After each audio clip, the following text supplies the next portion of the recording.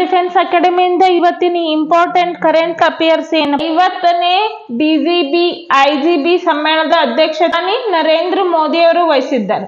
ಹೌದಾ? ಅದ್ರ ಬಗ್ಗೆ ಏನ್ ಇನ್ಫಾರ್ಮೇಶನ್ ಕ್ಲಿಯರ್ ಆಗಿ ತಿಳ್ಕೊಂಡ್ ಬರ್ರಿ. ನವೆಂಬರ್ 29, 2025 ಪ್ರಧಾನಿ ನರೇಂದ್ರ ಮೋದಿ ಅವರು ಛತ್ತೀಸ್ಗಢದ ರಾಜಧಾನಿ ಯಾವುದು? ಛತ್ತೀಸ್ಗಢದ ರಾಜಧಾನಿ ಯಾವುದು?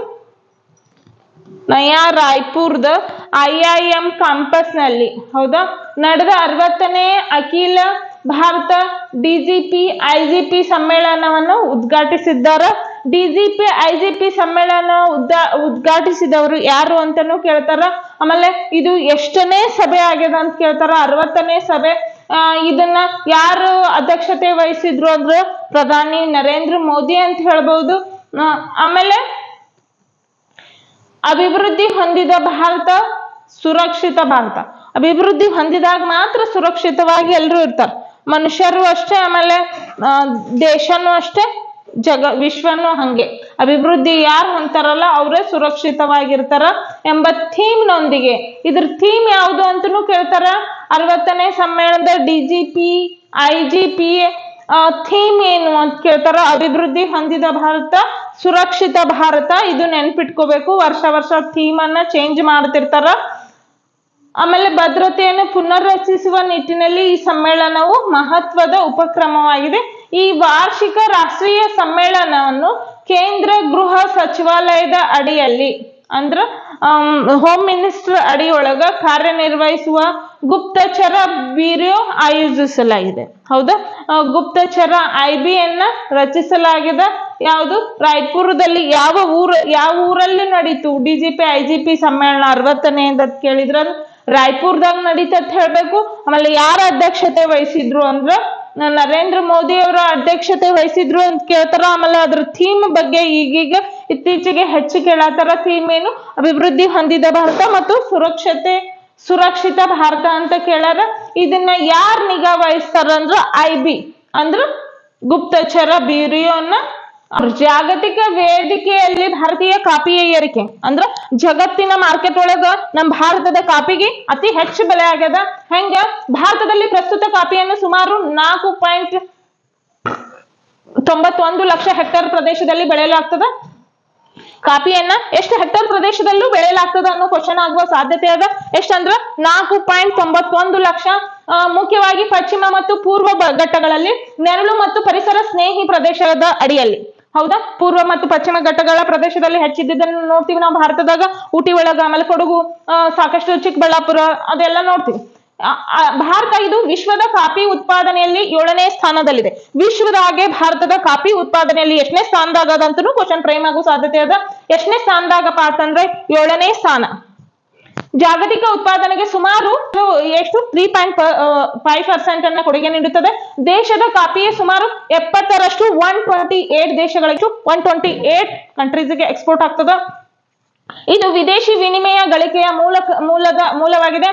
ಕರ್ನಾಟಕ, ಕೇರಳ, ತಮಿಳುನಾಡು ಭಾರತದಲ್ಲಿ ಪ್ರಮುಖ ಉತ್ಪಾದಕ ರಾಜ್ಯಗಳಾಗಿದ್ದು, ನಮ್ಮ ಭಾರತದಲ್ಲಿ ಕಾಫಿ ಬೆಳೆಯುವ ಉತ್ಪಾದಕ ರಾಜ್ಯಗಳು ಯಾವುವು ಅಂತನೂ ಕೇಳಬಹುದು.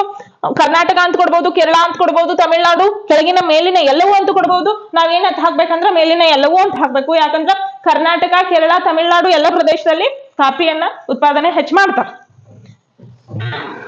ಉತ್ಪಾದಕ ರಾಜ್ಯಗಳ ಒಟ್ಟು ಉತ್ಪಾದನೆಯಲ್ಲಿ ಸುಮಾರು 96% ಕೊಡುಗೆ ನೀಡುತ್ತವೆ. ಬೇರೆ ಬೇರೆ ರಾಜ್ಯನಾಗ ಮಾಡ್ತಾರ, ಆದ್ರೆ ಅಲ್ಪ ಪ್ರಮಾಣದಾಗ ಮಾಡ್ತಾರ. 96% ಮಾಡ್ಬೇಕು ಅಂತಂದ್ರ ಯಾವ್ಯಾವ ರಾಜ್ಯ? ಕರ್ನಾಟಕ, ಕೇರಳ, ತಮಿಳುನಾಡಲ್ಲಿ. ನೋಡ್ರಿ ನೆಕ್ಸ್ಟ್, IMO ಕೌನ್ಸಿಲ್ ಚುನಾವಣೆಯಲ್ಲಿ ಭಾರತ ಮತ್ತೊಮ್ಮೆ ಅತ್ಯಧಿಕ ಮತಗಳೊಂದಿಗೆ ಗೆದ್ದಿದೆ. IMO ಅಂದ್ರೆ ಏನ್ ನೋಡ್ರಿ? ಭಾರತದ ನವೆಂಬರ್ 28, 2025 ಅಂತಾರಾಷ್ಟ್ರೀಯ ಕಡಲ ಸಂಸ್ಥೆ. IMO ಅಂದ್ರೇನು? ಅಂತಾರಾಷ್ಟ್ರೀಯ ಕಡಲ ಸಂಸ್ಥೆ ವರ್ಗ B ಮಂಡಳಿಗೆ ಮರು ಆಯ್ಕೆಯಾಗುವ ಮೂಲಕ ಮಹತ್ವದ ರಾಜತಾಂತ್ರಿಕ ಮತ್ತು ಕಡಲ ಮೈಲುಗಲ್ಲನ್ನ ಸಾಧಿಸಿದೆ. ನಡೆಯುವಂತ ಒಂದು ಎಲೆಕ್ಷನ್ ಇದ್ದಂಗ. ಆ ಎಲೆಕ್ಷನ್ ನಾಗ IMO ಏನು ಭಾರತದ್ದು ಅಂತಾರಾಷ್ಟ್ರೀಯ ಕಡಲ ಸಂಸ್ಥೆಯಲ್ಲಿ ಮತ್ತು ಬಹಳಷ್ಟು ಮತಗಳೊಂದಿಗೆ ಗೆದ್ದದ. ಭಾರತವು 169 ಮಾನ್ಯ ಮತಗಳಲ್ಲಿ ಎಷ್ಟು ಮತಗಳಿದ್ದು ಟೋಟಲ್ ಅಂದ್ರೆ 169 ಮತಗಳಿದ್ದು, ಆ ಮತಗಳಲ್ಲಿ 154 ಮತಗಳನ್ನು ಗಳಿಸಿತು. ಇದು ಈ ವರ್ಗಗಳಲ್ಲಿ ಅತ್ಯಧಿಕವಾಗಿದೆ. ಅಂದ್ರೆ ಬಹಳಷ್ಟು ಆಯ್ತು. 169ಕ್ಕೆ 154 ಅಂದ್ರೆ ಬಹಳ ಆಯ್ತು. ಜಾಗತಿಕ ಕಡಲ ಸಮುದಾಯದಲ್ಲಿ ಅದರ ಬೆಳೆಯುತ್ತಿರುವ ಪ್ರತಿಷ್ಠೆ ಅಂದ್ರ ಜಗತ್ನಾಗ ಭಾರತ ಅಂದ್ರೆ ಏನು ಅಂತ ತೋರಿಸ್ಕೊಡುವ ಪ್ರತಿಷ್ಠೆಯ ಪ್ರತೀಕ ಆಗ್ಯದ. ಇದು ಬರೇ ಏನಪ್ಪಾ ಅಂದ್ರೆ ಒಂದು ಕಡಲ ತೀರದ ಗೆಲುವಲ್ಲ, ಇದು ಭಾರತೀಯರ ಗೆಲುವು. ಹೌದಾ? ಹಂಗಾಗಿ ನಾಯಕತ್ವವನ್ನು ಪ್ರತಿಬಿಂಬಿಸುವ ಮೂಲಕ ಇದು ಭಾರತದ ಸತತ 2ನೇ ಅವಧಿಗೆ ಅಗ್ರಸ್ಥಾನದಲ್ಲಿ. ಇದು 1ನೇ ಸತಿ ಅಲ್ಲ, 2ನೇ ಸತಿ. ಎಷ್ಟು ಜನ ಭಾಗವಹಿಸಿದ್ರು ಅಂತ ಕೇಳಿದ್ರ, ಹೌದಾ, 169 ಅಂತ ಹೇಳ್ಬೇಕು. ನಮಗ್ ಬಿದ್ದ ಮತ ಅಂತೂ ಕೇಳು ಚಾನ್ಸಸ್ ಇರ್ತದ. 154 ಅಂತ ಹೇಳ್ಬೇಕು. ಹೌದಾ, IMO ದ ಲಾಂಗ್ ಫಾರ್ಮ್ ಕೇಳ್ಬಹುದು. ಹೌದಾ, ಅಂತಾರಾಷ್ಟ್ರೀಯ ಕಡಲ ಸಂಸ್ಥೆ ಅಂತ ಹೇಳ್ಬೇಕು. ಆಮೇಲೆ ಎಷ್ಟು ಸತಿ ಭಾರತ ಗೆಲುವು ಸಾಧಿಸಿದೆ IMOದಲ್ಲಿ ಅಂತಂದ್ರ 2 ಸತಿ ಗೆಲುವು ಸಾಧಿಸೈತೆ ಅಂತ ಹೇಳ್ಬೇಕು. ಹೌದಾ, ಇದ್ರಾಗೇನೆ ನಾವ್ ಏನ್ ಮಾಡ್ಬೇಕಂದ್ರ ಈ ಕರೆಂಟ್ ಅಫೇರ್ಸ್ ಅನ್ನು ಕ್ವಶನ್ ಅನ್ನ ನಾವೇ ಹಿಂಗ್ ಒಂದೊಂದ್ ಪಾಯಿಂಟಿಗೆ ಚೂಸ್ ಮಾಡಿ ಒಂದ್ ಟಾಪಿಕ್ ಇತ್ತು ಅಂದ್ರೆ ಅದ್ರಾಗ 4-5 ಕ್ವಶನ್ ಅನ್ನ ನಾವು ಹುಡುಕಿ ಓದಿದ್ವಿ ಅಂತಂದ್ರ ನಮಗೆ ಏನಾಗ್ಬಿಡ್ತದ, ಆ ಕಾನ್ಸೆಪ್ಟ್ ಕ್ಲಿಯರ್ ಆಗ್ಬಿಡ್ತದ. ನಾವು ಆ ಕಾನ್ಸೆಪ್ಟ್ ಮೇಲೆ ಹೆಂಗ್ ತಿರುಮರು ಮಾಡಿ ಕ್ವಶನ್ ಪೇಪರ್ ತೆಗೆದ್ರು ನಾವೇನ್ ಮಾಡ್ತೀವಿ, ಅದನ್ನ ಕಾನ್ಸೆಪ್ಟೇ ಅರ್ಥ ಆಗಿರ್ತದೆ. ಯಾಕಂದ್ರೆ ಕ್ವಶನ್ ಮೂಲಕ ನಾವು ಓದಿರ್ತೀವಿ. ಅದಕ್ಕ ನಾವು ಯಾವುದೇ ಕ್ವಶನ್ ಅನ್ನ ಬಿಟ್ಟು ಬರಂಗಿಲ್ಲ, ವಿನ್ ಆಗುವಂತಹ ಚಾನ್ಸಸ್ ಇರ್ತದೆ. ಮತ್ತೆ ಇದು ನಮ್ಮ ಭಾರತ ಬಗ್ಗೆನೂ ನಾವೆಲ್ಲರೂ ಭಾರತೀಯ ಪ್ರಜೆಗಳೆಲ್ಲ ತಿಳ್ಕೊಳ್ಳೇಬೇಕು, ಅನಿವಾರ್ಯ. ಮತ್ ನಾವ್ ಎಲ್ಲ ಮಾಡ್ತೀವಿ, ಬಟ್ ನಮಗ ಈಗ ಇಂಡಿಯಾದಾಗ ಏನ್ ನಡ್ದದ್ ಗೊತ್ತಿಲ್ಲ ಅಂದ್ರ ಯೂಸ್ ಇಲ್ಲ. ಆರ್ಕಿಟ್ ಎಕ್ಸ್ಪ್ರೆಸ್ ಮಾರ್ಗ ತೆರೆಯುತ್ತಿದೆ ಅಂದ್ರೆ ಚೀನಾದಾಗ ಒಂದು ಇದು ಮಾಡ್ಯಾರ, ರೋಡ್ ಮಾಡ್ಯಾರ. ಆರ್ಕಿಟ್ ಎಕ್ಸ್ಪ್ರೆಸ್ ಮಾರ್ಗ ತೆರೆಯುತ್ತದ. ಭಾರತ ತನ್ನ ಕಡಲ ಕಾರಿಡಾರ್ಗಳನ್ನು ಬಲಪಡಿಸುವ ಅಗತ್ಯ ಏಕೆ? ಬಲಪಡಿಸ್ಬೇಕಾಗ್ಯದ ಭಾರತ. ಯಾಕಂದ್ರೆ ಚೀನಾ ಗೊತ್ತದ ನಮಗ್, ನಮ್ ದುಶ್ಮನ್. ಯಾವ್ದು ನಮ್ ದುಶ್ಮನ್ ಅಂತೂ ಗೊತ್ತಿರ್ಬೇಕು.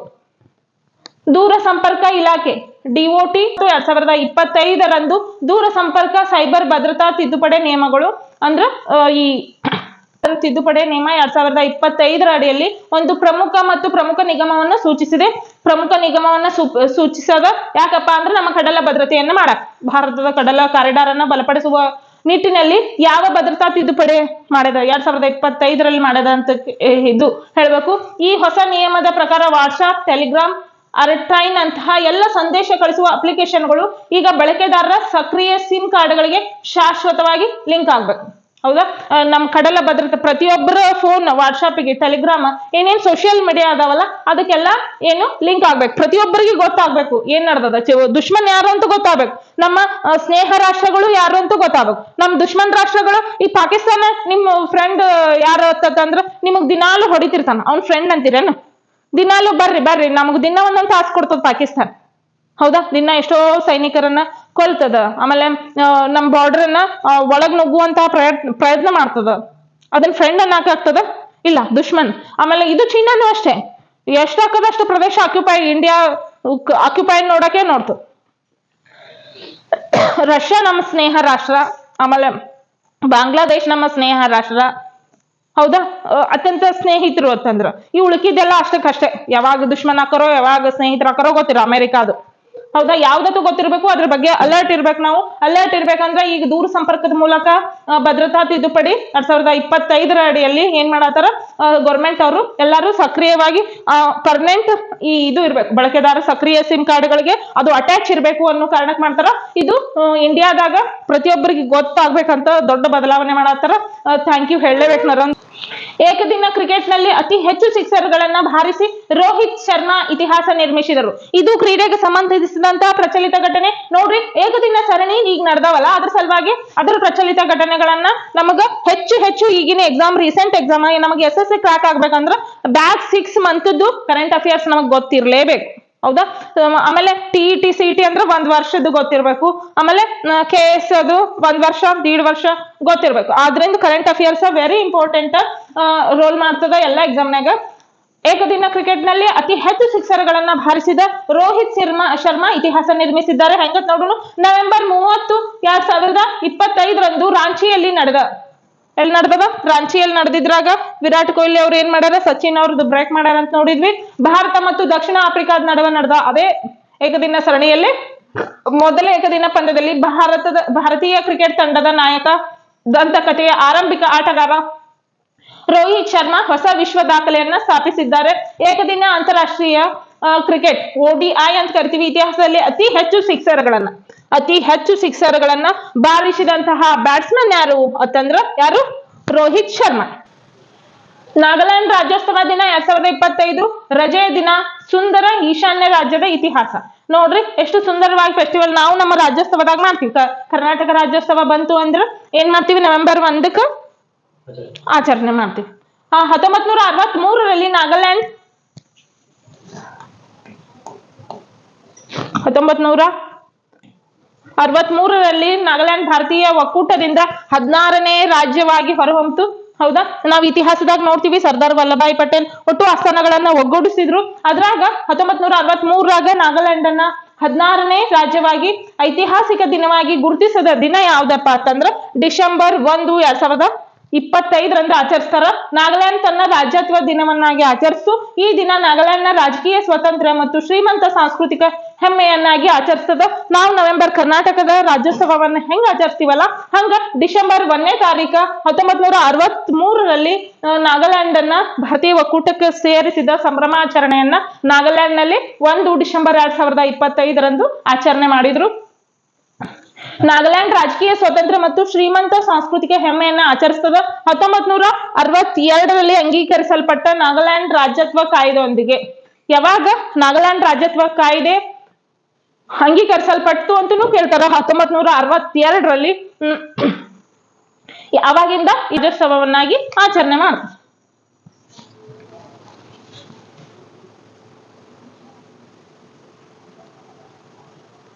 ನೋಡ್ರಿ ಈಗ ಇದು ಬರ್ತಾವ ನೋಡ್ರಿ MCQ ಕ್ವಶನ್ಸ್ ಮಾಡ್ರಿ, ಕಮೆಂಟ್ ಮಾಡ್ರಿ. ನೋಡ್ರಿ, ನವೆಂಬರ್ 2025ರಲ್ಲಿ ಭಾರತದ UPI ಮೂಲಕ ಎಷ್ಟು ವಹಿವಾಟುಗಳು ದಾಖಲಿಸಲಾಗಿದೆ ಆಲ್ರೆಡಿ ಕೊಟ್ಟಾರ. ಯಾವ್ದಂದ್ರ 19 ಶತಕೋಟಿಗಿಂತ ಹೆಚ್ಚು. ಹೌದಾ, 15 ಶತಕೋಟಿ, 25 ಶತಕೋಟಿ, 19 ಶತಕೋಟಿ, 10 ಶತಕೋಟಿ ಅಂತ ಕೇಳಾರ. ವಹಿವಾಟು ಎಷ್ಟು ಶತಕೋಟಿಗಿಂತ ಹೆಚ್ಚದಂದ್ರ 19 ಶತಕೋಟಿಗಿಂತ ಹೆಚ್ಚನ್ನ ವಹಿವಾಟನ್ನ ನಾವು ನೋಡ್ತೀವಿ. ನೋಡ್ರಿ, ವಿರಾಟ್ ಕೊಹ್ಲಿ ಬಗ್ಗೆ ಕೇಳತಿ. ವಿರಾಟ್ ಕೊಹ್ಲಿ ಒಟ್ಟು ಅಂತಾರಾಷ್ಟ್ರೀಯ ಶತಕಗಳ ಸಂಖ್ಯೆ ಎಷ್ಟಂತ ಕೇಳಾರ. ನೋಡ್ರಿ MCQ 79, 85, 83, 90. ಎಷ್ಟು? 83 ಅಂತ ಹೇಳ್ತೀವಿ. DGP IGP ಸಮ್ಮೇಳನವನ್ನು ಯಾವ ಸಂಸ್ಥೆ ಆಯೋಜಿಸಿದೆ? ನಾ ಹೇಳೇನ್ ಮೊದ್ಲೆ ಯಾವ ಸಂಸ್ಥೆ ಆಯೋಜಿಸಿದೆ? IB ಗುಪ್ತಚರ ಬ್ಯೂರೋ. ಕಾಫಿ ಉತ್ಪಾದನೆಯಲ್ಲಿ ಭಾರತ ವಿಶ್ವದಲ್ಲಿ ಎಷ್ಟನೇ ಸ್ಥಾನದಲ್ಲಿದೆ ಅಂತ ಕೇಳಾರ. ಎಷ್ಟನೇ ಸ್ಥಾನದಲ್ಲಿದೆ? 7ನೇ ಸ್ಥಾನದಲ್ಲಿದೆ.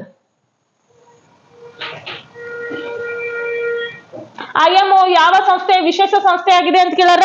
ಹೌದಾ, ವಿಶ್ವಸಂಸ್ಥೆಯ ವಿಶೇಷ ಸಂಸ್ಥೆ ಇದು. ವಿಶ್ವಸಂಸ್ಥೆಯೊಳಗೆ ಇರುವಂತಹದ್ದು. ನೋಡ್ರಿ, ನೆಕ್ಸ್ಟ್ ಕ್ವಶನ್. 2025ರ ನವೆಂಬರ್ 29ರಂದು ದೂರ ಸಂಪರ್ಕ ಇಲಾಖೆ ಸೂಚಿಸಿದ ಹೊಸ ನಿಯಮದ ಅಧಿಕೃತ ಹೆಸರೇನು ಅಂತ ಕೇಳಾರ. ಯಾವುದು? ದೂರ ಸಂಪರ್ಕ ಸೈಬರ್ ಭದ್ರತಾ ತಿದ್ದುಪಡಿ ನಿಗಮಗಳು 2025. ರೋಹಿತ್ ಶರ್ಮಾ ಏಕದಿನ ಪಂದ್ಯದಲ್ಲಿ ಅತಿ ಹೆಚ್ಚು ಸಿಕ್ಸರ್ಗಳನ್ನ ಹೊಡೆದ ವಿಶ್ವದ ದಾಖಲೆಯನ್ನು ಯಾವ ಆಟಗಾರ ಹಿಂದಿಕ್ಕಿದರು ಅಂತ ಕೇಳ್ತಾರ. ಹೌದಾ, ಶಾಹಿದ್ ಅಫ್ರಿದಿ. ನಾಗಾಲ್ಯಾಂಡ್ನ ಜನಸಂಖ್ಯೆ ಸುಮಾರು 90ರಷ್ಟು ಜನರು ಅವಲಂಬಿಸಿರುವ ಆರ್ಥಿಕತೆಯ ಮುಖ್ಯ ಆಧಾರ ಯಾವುದು ಅಂತ ಕೇಳ್ತಾರ. ಕೃಷಿ.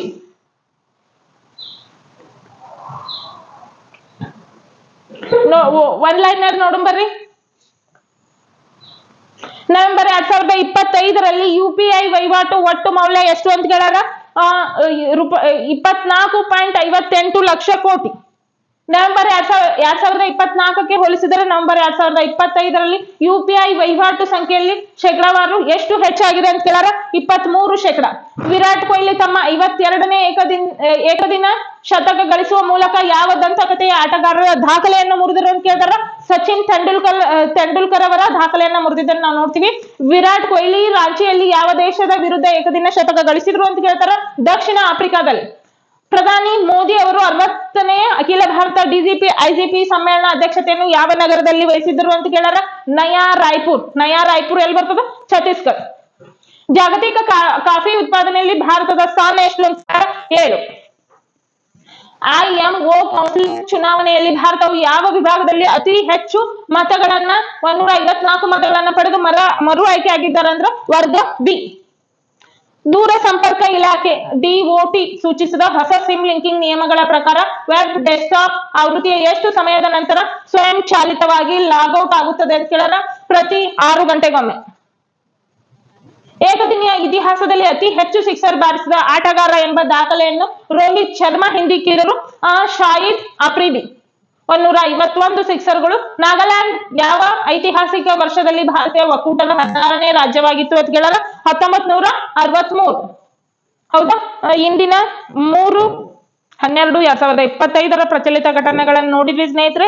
ದಿನಾಲು ಪ್ರಚಲಿತ ಘಟನೆಗಳ ಬಗ್ಗೆ ಇನ್ಫಾರ್ಮೇಶನ್ ಕೊಡ್ತಿರ್ತೀವಿ ಇಷ್ಟ ಡೀಟೇಲ್ಸ್ ಆಗಿ MCQ ಪ್ರಕಾರ. ಯೂಸ್ ಆದ್ರಿ ಮೇಡಮ್ ಅಂದ್ರೆ ಕಮೆಂಟ್ ಬಾಕ್ಸ್ ನಾಗ ಎಸ್ ಅಂತ ಹಾಕ್ರಿ. ಆಮೇಲೆ ಲೈಕ್ ಕೊಡೋದು ಮರಿಬೇಡ್ರಿ, ನಮ್ಮ ಚಾನಲ್ ಅನ್ನ ಸಬ್ಸ್ಕ್ರೈಬ್ ಮಾಡೋದು ಮರಿಬೇಡ್ರಿ. Thank you all.